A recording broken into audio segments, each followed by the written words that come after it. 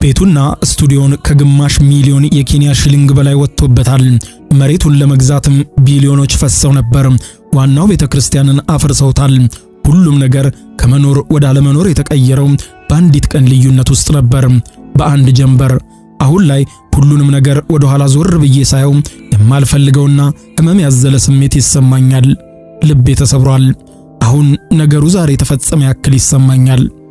ይህንን የምትመለከቷት ሴት በኬንያ ውስጥ ስማቸው ጎልቶ ከሚጠቀሱ ቢሊዮነሮች መካከል ስትሆን የራሷ የሆነ አብያተ ሮዝ ሙቷ እባላለሁ። 7 ልጆች ካሏቸው ቤተሰቦቼ ሁለተኛ ልጅ ነኝ።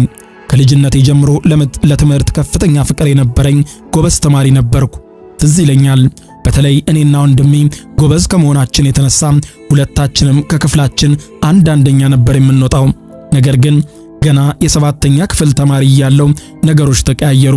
አባቴ እናቴን በድንገት በሞት ካጣት በኋላ ብቻውን 7 ልጆችን የማሳደጉ ነገር ወደ ጭንቀት ውስጥ ስለከተተው የመጠጥ ሱሰኛ ሆነ።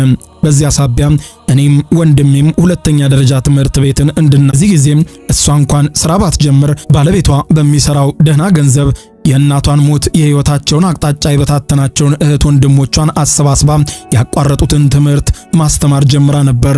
ህይወታቸው በበረከት ላይ በረከት፣ በደስታ ላይ ደስታ ሲያስከትል እሷም በሚያስገርም ሁኔታ በአመራር ዘርፍ ለዚያውም በኬንያ ዕውቅ የሆነ ባንክ ውስጥ ስራ ማግኘቷ ተአምር ነበር። ስለ ህይወታቸው ስኬት ብዙዎች ይደነቃሉ፣ ይገረማሉ።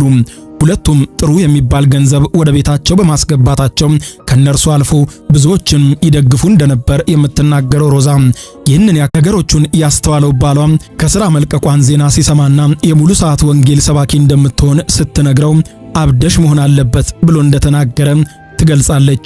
በሁለቱም ሰፊ የሆነ ደሞዝ፣ ሰፊ የሆነና የተሟላ ኑሮን መኖር ለምደው ነበር።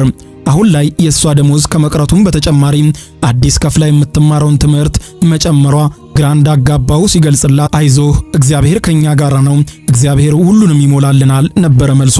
በቀጣይ ቀናት በፍጥነት መንፈሳዊ ትምህርቷን ጀመረች።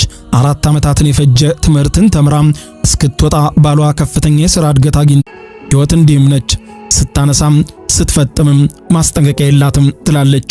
እግዚአብሔርን ለማገልገል ቃሉንም ለመስበክ ያቋቋም ነው ያላንዳች ሌላ ትርፍ ምክንያት የገነባ ነው። ለዓመታት አገልግሎታችንን የሰጠንበት የእምነት ማዕከላችን ፈረሰ ትላለች። ምክንያቱ ቀድሞ ከነበረ የመንግስት አመራር ጋር ይገባኛል ጥያቄ በመነሳቱ ይሁን እንጂ አንዳችም ማስጠንቀቂያ እንኳን ሳይደርሰን ነበር ቤተክርስቲያናችን ሙሉ ለሙሉ የፈረሰው ትላለች። ለዓመታት ከቆዩበት ቦታ እንዲህ ባለው መልኩ ሲነሱ ተጨማሪ ጥያቄ እንዳያነሱ መንገዶች ስለተዘጋባቸው ፋይላቸውም ከቦታው